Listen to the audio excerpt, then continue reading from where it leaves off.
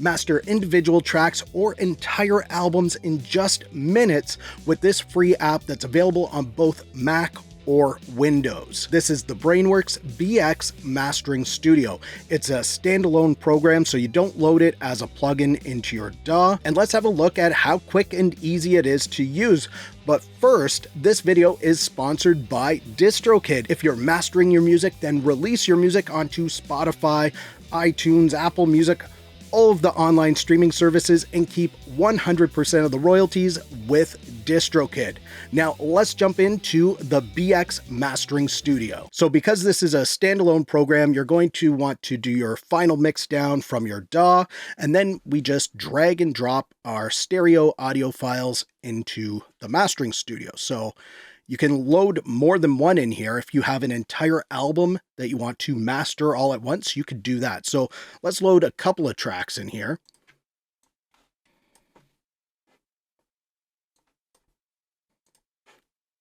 And now you can see that it's thinking or whatever it's doing there, and it's actually analyzing these tracks, and it's going to automatically do some settings for you based on whatever it thinks these tracks need. So you can see in here, it's already populated some settings. This one's at +12 for bass and trebles at +1.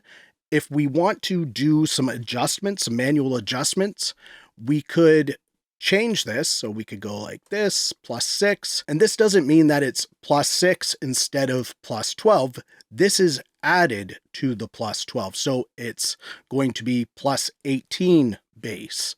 If you didn't like their +12 setting, then you could just go -12, and that will kind of zero it out, or whatever it is you want to do.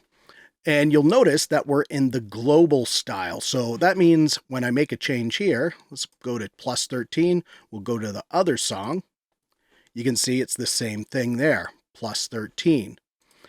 So if you were mastering a bunch of tracks that you kind of know are similar and you want them to all have the same sort of sound, then you could use this global setting. But maybe there's a track on your album that's kind of different and it's not going to fit these settings. So you could go to per track, and now I'm clicked on this one. If I make a setting, let's bring this down. And if we go back to this one here, you can see that one is still at that +13. So you have a lot of control over your entire album and the individual songs on that album. You have two different screens, really. You have your tone, which is this one we're on, and then you have dynamics, which is this one. So let's first go back to tone because that's the default screen that you're going to be on. And you can see you have things like bass, mid, treble, and then presence. Down here, you have the frequency range for your high pass filter, low pass filter, if you should want to use those. Mono Maker is pretty cool. So the frequency that you set in here, you can see it's at 60 Hertz. It's going to narrow everything in that frequency range in around 60 Hertz. So your low end isn't going to be spread right out and make things sound muddy, which is really cool. So I do recommend playing around with that. Let's just have a listen, see what it does. I'll put it to, actually we'll go to this song here. We'll put it there.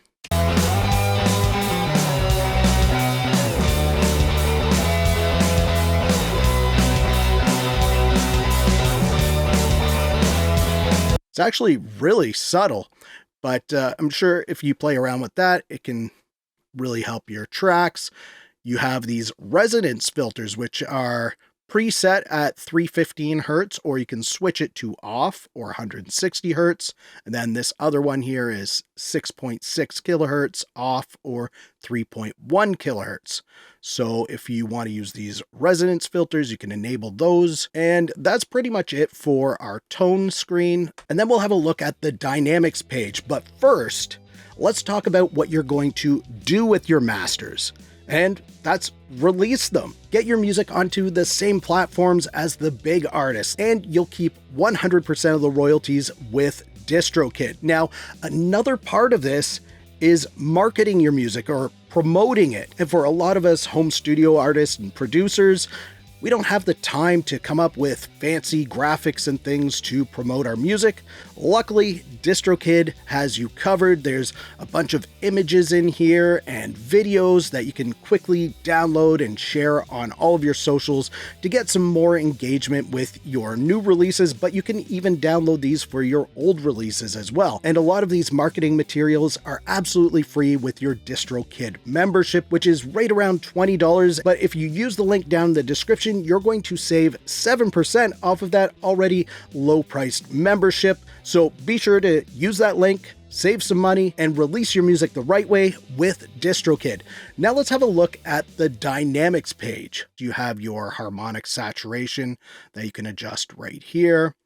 You have this compressor, which is super easy to use because it's already kind of preset for you. All you have to do is adjust the ratio and the mix. And another setting you have is the channel length. If you enable that, then even though your left and right are probably fairly different, if it attenuates the right side, then it's going to attenuate the left side by the same amount, no matter what's on each side. If you leave it off, then it's going to work independently on each side.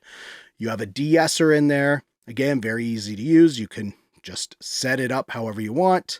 Then you have your mastering limiter here. So you would set your output ceiling, which is the highest amount you want it to go to. So it's set to minus 0.12 dB right there. You have your release that you can really adjust, and then you have just fast or medium attack that you can toggle through, and some makeup gain right there. Really nice and easy. So let's just play around a bit with the harmonics here.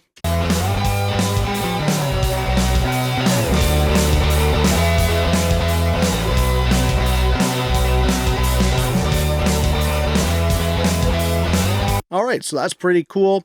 And then you have some controls on the outside here that they don't change whenever you switch your screens. And of course, you have your input level. This is going to adjust how hot you're hitting the mastering chain.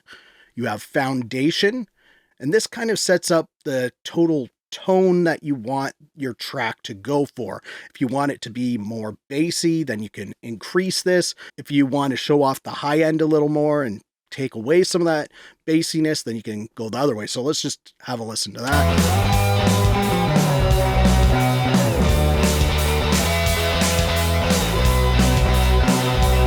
So you can adjust that till you like it. Over here we have stereo enhance. Now this doesn't just widen the entire spectrum of frequencies. This actually has an automated EQ that focuses in on instruments that you might actually want to widen in your stereo mix. So things like guitar or piano or synths, stuff like that, it's going to help to widen while not widening stuff that's more in the low end.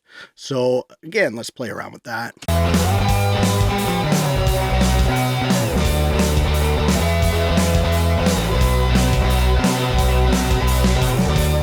You can see if we go the other way, it's going to narrow it a bit. And then you have your output level. And this is your true peak output. So you have your limiter on the other page, but it's not a true peak limiter. So this would be your true peak output right here. So it's set to minus 0.02 dB. Your levels are not going to go above that with this set there. Then, of course, you have a bypass, so you can easily listen to it on and off. It would be nice if the bypass could be like gain matched, but at the moment, it doesn't seem like there's a way to gain match the bypassed and the mastered version, so you could really check out what you're doing with your tone and your dynamics. Another thing to look at is there's some preset styles in here. So it defaults to this LA standard style, but you can see there's some other ones in here. And if you start adjusting things, you can save your own styles in here and reload them later on, making it super quick and easy to master more songs that are going to sound similar to something you've already done. Then when you're ready to export this, we can go down to export, click on that, and watch this. You've got more than just the 44.1 at 16-bit CD quality, which a lot of these free mastering services online, they limit you to 44.1 16-bit, but in here, you can go up to 192 kilohertz at 32-bit. So super high quality audio you can output from this, and you can do unlimited masters, which is great. You can also see in here, you can export mode can be selected tracks, so whatever one you're on, or you could do all tracks at the same time. So that way, if you have a whole album, you might just want to do all tracks, click export, walk away, do some stuff, come back, and they'll all be done. And if you're a person that doesn't feel confident in changing any of these settings, or maybe just want to quickly master something, the default settings that it comes up with once it analyzes your track, they're decent.